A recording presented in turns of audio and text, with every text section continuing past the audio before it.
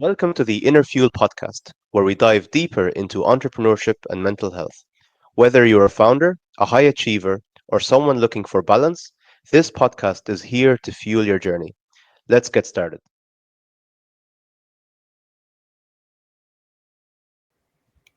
Hello, everybody. Welcome to the first episode of the InnerFuel Podcast. I'm delighted to have my guest, Dr. Nafisa Sekandari. Really great to have you. And Dr. Nafisa is a licensed clinical psychologist specializing in anxiety-based disorders. She's also an award-winning author, and she's also the host of the Mental Health Break podcast. Doctor, it's great to have you on board. Thank you for having me. So our first episode, we'd like to talk a little bit about navigating stress, especially in the beginning stages of entrepreneurship. I know that I'm still starting my journey as an entrepreneur, and it's still my third or fourth month into it. But I do find that topic to be very, very fascinating. Yeah, stress is definitely a part of any entrepreneur's life. And the thing that I want to really emphasize for any beginning entrepreneur is to remember that stress is a huge part of being we're doing any job basically, but it's never about what's happening outside of you. Stress is an internal issue that people struggle with. And so it's about the interpretations you're giving to the situation in front of you. Whether you're a fireman, whether you're a police officer, whether you're an entrepreneur, whether you're just a teacher, things are always going to happen outside of you, right? But it's the interpretation and the meaning you're giving to those situations that's creating stress for you. So one of the things that I always like to emphasize is that because this is an internal issue, that means that you are in control of managing it. But of course, that's easier said than done, right? So what are some things that you're struggling with regarding stress? Yeah, that makes sense, and it's very sort of subjective as well and circumstantial. Like I know for me, the current stress that I have in my journey is the whole stability aspect of entrepreneurship, and then trying to, let's say, maintain, rewiring my brain from the corporate journey that I've been on, and now sort of trying to get to a point where I'm stable. And I do know that that stress, obviously, it's logically, it makes sense. It's reasonable to go through that stress, but at the same time, you sort of have to trust that things can and will get better if you trust the process. Well, I specialize in anxiety-based disorders, and so a lot of the people that I work with, they're high achieving, achievement-oriented, successful individuals that want more out of life, and so they're very driven. They push themselves really hard, and that mentality, that fuel that is normally anxiety or tends to be anxiety for a lot of these people because they're such high achievers. They're fueled by something, and a lot of times it's fear and anxiety, and so that's the good thing is that's allowing them to achieve so much in their lives because that fuel continues to push them to want more, to grow, to achieve more, create more success. But at the same time, that kind of a brain that's constantly going, that's constantly working can create a lot of stress for somebody as well. And so for a lot of these people, uncertainty is a huge thing. So for somebody that's anxious, that tends to be anxious, they don't like uncertainty. They want guarantees in order for them to calm their anxiety. But in reality, there is no such thing as 100% guarantee in anything. When we dip our toe into entrepreneurship, we're totally knowingly going into the world of the unknown, right? We don't know, we can't control what's in front of us.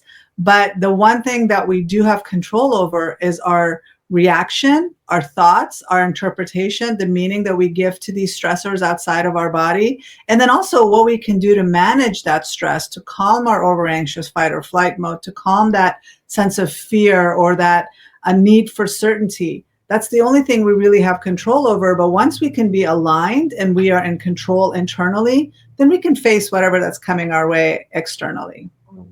It's very interesting to hear. And, I'm quite curious actually about the, let's say, techniques that you've been able to master over the years, being able to, let's say, implement stress relieving techniques that you can use on a day-to-day basis. And I find that area really, really fascinating, being able to understand the certain techniques and then apply it and then ultimately you reap the reward from it. One of the things that I really, really focus on is lifestyle. Lifestyle is so important when it comes to managing our stress level and just improving our mental health. I am a big believer of prioritizing my mental health like 24/7. I want to focus on it. And it starts the night before. It starts with what time I go to bed. It starts with how the quality of my sleep. Am I getting good deep sleep? Am I getting good restful sleep? Am I waking up in the morning rested and refreshed? Am I starting my day off with a really healthy breakfast? Because if I'm starting off my day just really rushed and chaotic and just feeling like the alarm went off and then I just take off, then I'm going to be stressed the rest of the day. I'm never really catching up. I'm never catching my breath in order to calm my system down. And so my big thing is it's so important for us to wake up and have a slow morning. Having a slow morning means just getting up 20 minutes earlier, 15 minutes earlier, just so that you can just take your time going to the shower, getting ready, getting into your car. If you're going into a long commute, maybe having a really good thing to listen to, whether that's calming music, a good podcast, something that you're actually looking forward to listening to instead of dealing with all the traffic and all the craziness that can go on during a commute. And then not starting your day off with a lot of caffeine, especially if you're the type of person that's fueled by fear and anxiety. That early morning caffeine is going to increase your cortisol levels and make you more reactive and more anxious. So we want to calm that down by having a good protein-based breakfast, good protein, carbs, and good fats and fiber, so that your blood sugar is stable, your hormones are stable, your insulin response is stable, your cortisol levels are stable. And then just finding time throughout the day to, like, even setting an alarm on your phone and just every hour pausing and taking a deep breath, even if it's for a minute, even if it's for 30 seconds, just closing your eyes and taking a deep breath. A lot of people are like, I don't have time for that. But the reality is when you make the time for that mindfulness, it actually makes you more efficient and more productive, and you're not burning out by the time it's 1 o'clock, right? I find that really interesting, and as well something that I fall into. I find myself every single day when I wake up, it only takes me about 2 to 3 minutes to look at my phone. And I do hear a lot about, let's say, the issues of, looking at your phone straight away the moment that you wake up. And it's something that I've built over a long time. It's like a habit that I've developed over the years. And I just want to understand a bit more about, like, say, the benefits of delaying the phone screen the moment that you wake up, because it just depends on what you look at. Like, sometimes you look at a piece of information or news, or you check out headlines, and then you get stressed. And I'm sure that stress gets carried through, the early stages of your day. So in a sense, you're essentially starting off your day feeling stressed. And I'm sure that that's not a great tactic. Yeah, when I talk about having a slow morning, that is one of the things I don't even look at. The only reason I would turn on my phone is to put on my audiobook or whatever I need to listen to on my morning walk. I don't check my phone until 9, 10 o'clock. That's when I will check my text messages. That's when I will check my email. I know not everybody has that luxury, but if you can at least give yourself that slow morning to get ready without any noise, get ready without any chaos. Don't turn the news on. Don't turn the TV on. Don't check your messages. Just get ready in a calm state of mind. And if you really need to address something after you're ready and ready to go to work, then you can go ahead and check to see what you need to do for the rest of the day. If you can avoid checking your email until you get to work, until you actually are on the clock, I think that will be better. But I know not everybody has that luxury, but I try to even stay away from responding to text messages, because as soon as we see a notification on our phone, there's a part of us that has this tendency, this need to respond right away. And we don't have to respond right away. You don't have to be, I know some people get really upset when they send you a text and you're not responding right away. But I want to let people know that I'm not that type of person that will respond right away, because my phone is not always with me. That doesn't mean I'm being rude or disrespectful to the other person. This is just what I need to do for my peace of mind. And this is part of my whole prioritizing my mental health 24/7. So we need to be more mindful about, are we slaves to our phones and the email and everything else, or are we in control of it and we respond when we need to? It's the same thing with the fear-based thoughts in our mind. For a lot of people with anxiety, they have this, I have to do this. And they're fueled by that fear. They're fueled by that anxiety. But if you calm yourself and you have a nice little talk with yourself, like, I'll do it, just not this second. I will still get to it. And talk to it in a calm way. Talk to yourself in a calm way. I will get to it. I will respond to it. I'm not neglecting my duties. I will just do it when I'm ready. Not because I have to, like the world is going to fall apart if I don't. Really fascinating. Yeah. And I do think that, like, there's a lot of really good gems that you just said right there. And in a sense, I'm sure that you have to put in a lot of work in order to get comfortable with, let's say, those techniques in managing stress. And that time and that work, like, is there, let's say, a certain time frame where you have to build that up over 30 days or 60 days, or how long does it typically take to build up that habit so that it just happens on autopilot? You're right. In order for us to change anything, experts are now saying it takes up to 60 days of consistently doing the same thing over and over again until it becomes a part of our routine. Before, there were like 21 days, 30 days. But in order for it to be really solid, if you can do anything for 60 days, then it's going to become a part of your routine. But the bad news is that if you do it for 21 days and then on the 22nd, 23rd day, you don't do it, you have to start all over again. So that's the part that's awful, but it's a matter of like setting, just think about it. We're literally rewiring and reprogramming our brain. And it's not that easy because it's at the subconscious level and we don't have access to that subconscious level. And the only way we can reprogram our brain and our ways of doing things and breaking a habit is by consistently doing the same thing until it becomes habit. It's like, when you first started driving or when you first started riding a bike, initially it was really weird. It was awkward. It's like you were aware of every movement you were making. And then after a while, it goes into your automatic, it goes into the subconscious mind where now you're driving or riding a bike and you don't even think about it. That's where we want these habits to go into at that level so that you're not thinking about it. It's just like picking up your toothbrush without even like thinking about it and brushing your teeth.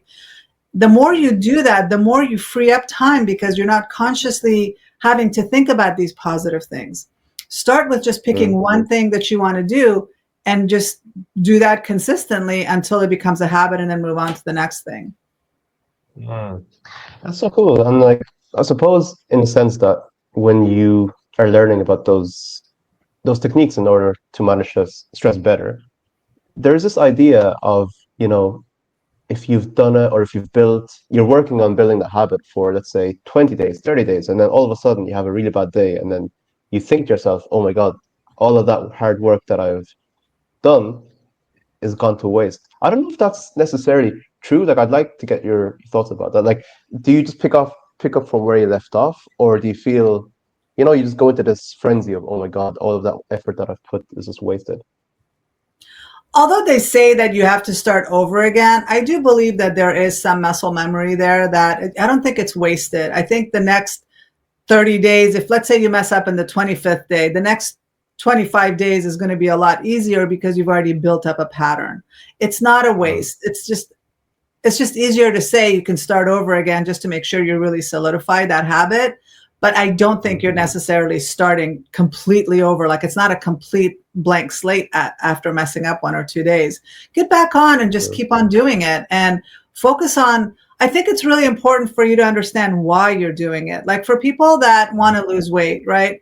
If they're losing weight to get into a certain size, that motivation might not be as strong. They might do it for a couple of weeks and then like, this isn't really that important to me. But if that motivation was related to a health scare where they have to do it, otherwise they might end up needing expensive surgery or on medication, or maybe it's a life-threatening issue, they're going to do it, no problem, right? So it's a matter of finding out, why am I choosing to break this habit? What's the reason? And then committing to that why, not necessarily the steps that you're taking. And, assuming that, let's say, you've reached a level of good command and good mastery in terms of dealing with stress and dealing with certain habits, can you just talk a little bit about the benefits from an entrepreneurial point of view? Like, how can that manifest and benefit your business success as a result of being able to, cope better with certain, habits or stress? Well, being an entrepreneur is really, really difficult. And a lot of people give up way before they find success because they tend to burn out really quickly. They tend to overwhelm themselves. They don't have good coping strategies. They don't have good habits. They don't have, a lot of them end up neglecting their health, their families, just because they're so driven. They want to achieve a certain result, but then it comes at a cost. And so when you are more balanced, you have more stamina to go to the finish line, right? If you don't, then you will be one of those people that gives up way before you end up seeing any success. So having good, healthy habits is really important for a lot of super successful people in business or in life. They have really good habits in place. They get up early in the morning. They get their exercise out of the way. They make sure that they're mentally calm and prepared. They eat a healthy breakfast. They do more before 10 o'clock than most people do.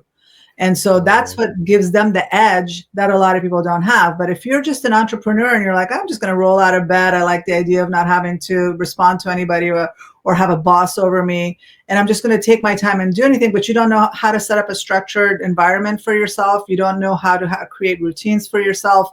It will be very difficult, and you're going to be really stressed and feel out of control on your journey, as opposed to being structured and having good habits in place, and also prioritizing your mental health. Because without you feeling calm and capable and feeling and not feeling so stressed and so burnt out, you're not going to be able to achieve the goals that you want to achieve.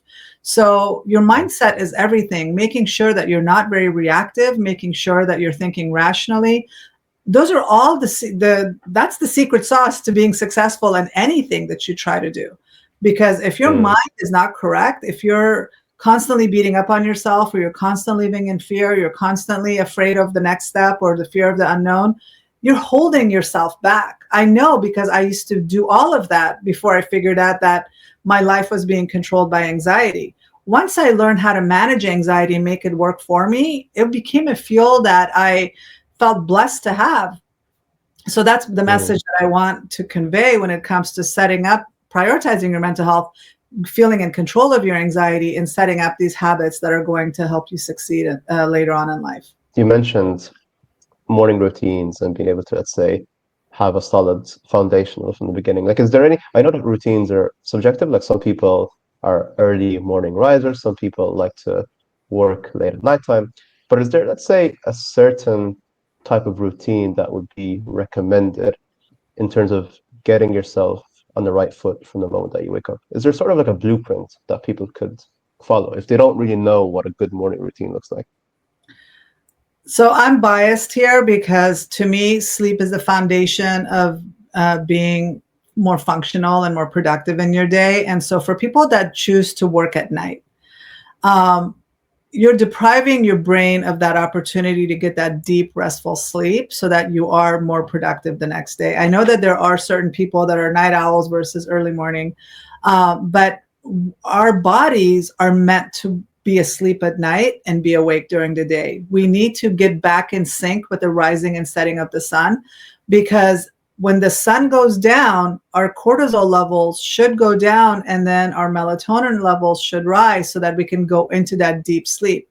My goal for all of my patients and the people that I work with is try to get in bed by 10 o'clock so that you can have that. It's that 10 to 2 window that we need to be asleep during those 4 hours so that our body can go into that deep, deep sleep, where it literally is, our brain is washing itself and our brain is repairing itself from all the daily grime that we've picked up, and it's removing the plaque that we've built up over the day. During our dreaming stage, we're literally pruning and editing all these videos that we've collected throughout the day, and some of that goes into long-term memory, and so we're able to learn better when we allow our body to get that proper sleep. But when we're not getting that deep sleep, so a lot of people are so focused on, as long as I get 8 hours, it doesn't matter. Well, the World Health Organization has determined night shift workers to be at risk for cancer and horrible diseases because it's considered a carcinogen and to the body. That when you don't get sleep at night, it doesn't matter how many hours you're sleeping during the day, you're not getting that rest and repair at night. So you will have a lot of issues down the road with health issues or even cognitive impairment. So the very first thing that I would focus on anybody is, like, even with my daughter, I wanted her to, like, I hated that the colleges would allow them to work until midnight and turn papers in until that time, because that just forces people to stay up later, right? So I would literally turn off the Wi-Fi around 11 o'clock to make sure she gets all her work done and be in bed before that, just so that she can get her sleep, because she would be much better prepared the next day to function in class if she was getting enough sleep. And now we see a lot of young people, they're just so connected 24 hours a day with their phones, they're not getting enough sleep. And so it's not just young people, it's anybody that's constantly connected to their devices that I'm seeing a rise in mental health issues because we're not giving our brain that opportunity to shut down and to rest and repair. That's, I think, the core, the foundation of what all of us need to be focused on. Mm. So you're saying that in sleep is a vital component in terms of being able to fully navigate and manage stress. And I do hear you on that, because my sleeping pattern at the moment, it's not that great. Like, I try to get between 6 to 8 hours, and some days it's good, some days it's not so good, but generally speaking, it's fine. But it makes such a huge difference whenever I wake up and I feel refreshed. Honestly, it feels like I can tackle the world once I get a good sleep. And then Yeah. the opposite of it is so damaging. I wake up and then I roll out of bed and I say to myself, "Oh my God, I have such a long day ahead, and I'm not really in the mood to tackle it." And that affects my communication, and affects my relationships with people, everything. So it's like, it's quite underrated. And I do know that we live in this hustle culture where, oh, it does not matter, get 4 hours sleep, tackle a day, who cares, get up and grind and all that stuff. And I do think that that messaging in general, it's very widespread in business, and I do find it to be a bit toxic. I know that we're on different continents, but in America here, the studies have shown that most people, and maybe this is a universal issue, where even, like, I heard in Dubai, the weekend is Saturday and Sunday now, where they used to have Friday off. So all over the world, people are having the weekend Saturday and Sunday, and then Monday. So their sleep pattern gets disrupted. So they go to work every single day. They go to bed a certain time during the week, and then they wake up a certain time. And then on the weekend, they completely turn that around, where they go to bed late and they wake up really late. And that puts your body in jet lag mode. And at least, like I said, and the studies in the US, I don't know if this would apply to Europe or Asia or other countries, but a lot of heart attacks and car accidents happen on Monday. And that's why people hate Mondays, because they wake up groggy. They feel like they're in jet lag mode. It takes them a while to get back into that sleep routine by the middle of the week. And by the time they've set a sleep cycle, then they disrupt it again on the weekend. So the weekends are really causing havoc on people's sleep cycles. And that whole changing the routine is creating this feeling of jet lag. And I don't know if you've experienced jet lag. I experienced it last summer when I was in Germany for a couple of weeks. And by the time I came back, every day around 2 p.m, it would hit me so hard. I just wanted to sleep and I couldn't control myself.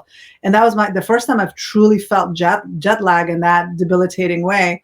And that lasted for a couple of weeks. So I don't know, like, I'm so religious, I guess, about my sleep cycle that I want to maintain it at a certain time.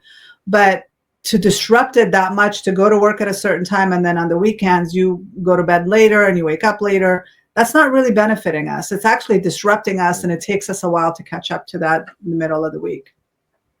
Oh, so if you have, let's say, 1 or 2 nights that you don't go to sleep at the same time, that has the potential to impact you for weeks on weeks. That's Not weeks and weeks, a crazy. couple of days. It literally puts your body in inflammation mode. Interesting. Wow. Yeah, I never really thought about that. Let's say effects, because they do say that you should sleep at a certain time and you should wake up at a certain time as well. And I do, like, there's something that I found useful for me. Like, anytime I want to set my sleeping pattern, I would force myself to wake up at a certain time every single day until, day by day, it gradually gets like the time for me to go to sleep gets shorter. So is there, let's say, an importance of sticking to a certain amount of, let's say you should sleep at this amount of time, at this time, and then wake up on a certain time on a daily basis to sort of adjust that? Is there sort of like a truth to it? I would rather you go to bed around, like I said, 10 o'clock, 10:30, 11 at the latest. And then it's better for you to go to bed earlier and wake up earlier. So if Mm. you really if you like the quiet and you like working in the middle of the night, I would rather you go to bed earlier and wake up at 4 or 5 o'clock in the morning and use that time to get your work done, as opposed to staying up late and then sleeping all day. So they say you do need 8 to 9 hours of sleep as an adult, and whatever that ends up translating, 10 to whatever. So wake up at that time.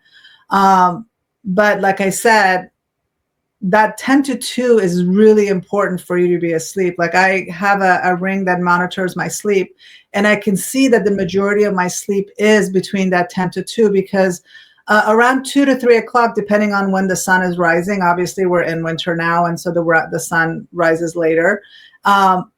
It takes like there's a peak period. So I just say 10 to 2 generally, but after a certain point, the cortisol levels start rising to get us prepared to wake up in the morning, and then the melatonin levels go back down so that we're awake and we're alert for getting our day started. So focusing on just being aligned and in tune with our natural body chemistry, and the fact that we need to be aligned with the setting and rising of the sun. We just need to honor that. Right, right. Yeah, no, I do think that we should take that much more seriously.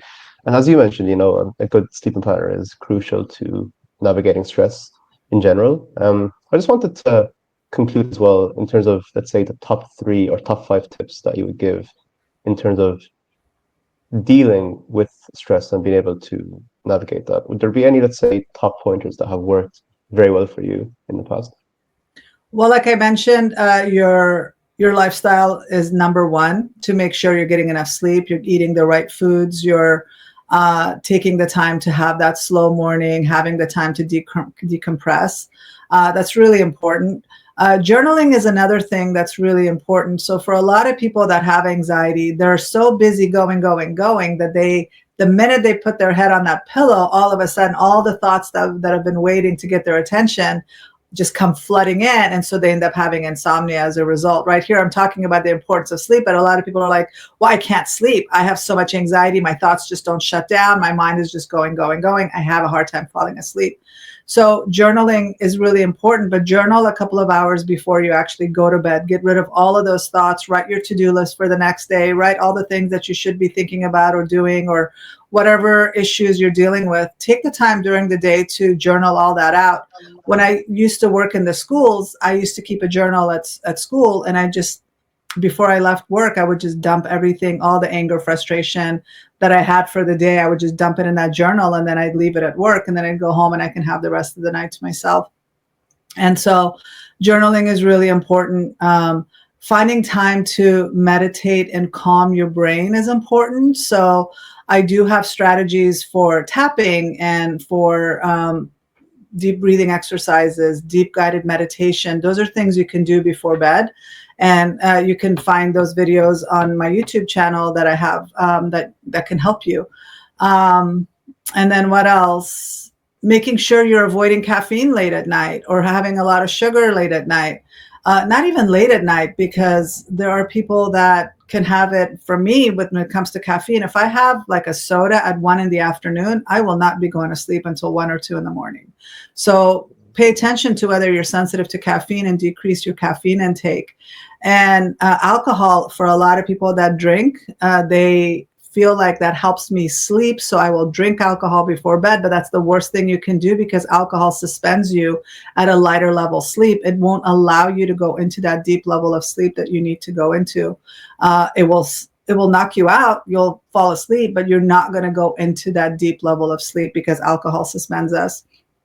And so those are things that you need to pay attention to, and moving, getting up and exercising, or exposing your forehead to early morning light, because you do have your pituitary gland right behind here. And so that needs to be seeing the early morning light. If you live in a place that's really dark and you don't really the sun doesn't rise until later, just whenever the sun is rising, early morning light is really important for us to be exposed to, so that we can reset our internal clock and reset that melatonin production for nighttime. This was really great tips, and I'm sure I'm gonna take a lot of those tips on board and implement them myself. But no, I'd love to spend more time also delving deeper into the topics that I'm sure that we will over time. So thank you so much for coming on and for sharing those tips and advice. And really looking forward to speaking to you more about different topics in general in the future. So thank you so much for your time, Doctor. Thank you so much for having me.